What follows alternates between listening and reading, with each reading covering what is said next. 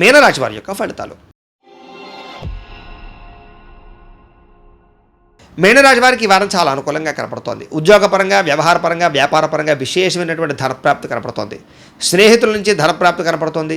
ముఖ్యమైన వ్యవహారాలన్నీ కూడా సమయానికి పూర్తవుతాయి. ఉద్యోగపరంగా అభివృద్ధి కనపడుతోంది. వ్యాపారంలో చక్కని పెట్టుబడులు పెట్టగలుగుతారు. అలాగే నూతన విద్యా అవకాశాలు కూడా పొందగలుగుతారు. ప్రముఖులతో పరిచయం వల్ల ముఖ్యమైన పనులు పూర్తవుతాయి.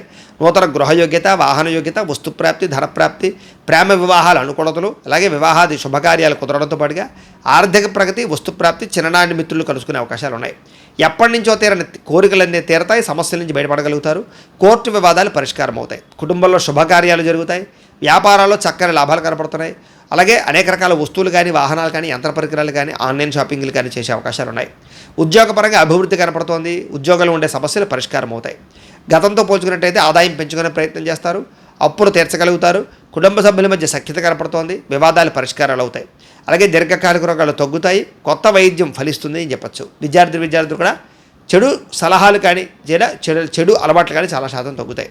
ఉద్యోగస్తులకి గతంతో పోల్చుకున్నట్లయితే ఉద్యోగపరంగా అభివృద్ధితో పాటుగా ఉద్యోగపరంగా సమస్యలు పరిష్కారం అవుతాయి. స్త్రీలకి భర్తతో సమస్యలు పరిష్కారం అవ్వడంతో పాటుగా ప్రేమించిన వ్యక్తులతో కలయికలు, ఇష్టమైన వాళ్ళతో సఖ్యత, మీ మనసులో ఉండే బాధలు ప్రేమించిన వాళ్ళతో పంచుకోవడంతో పాటుగా ఇష్టమైన వ్యక్తులు కలుసుకుంటారని చెప్పొచ్చు. కుటుంబ సమస్యలు పరిష్కారం అవుతాయి.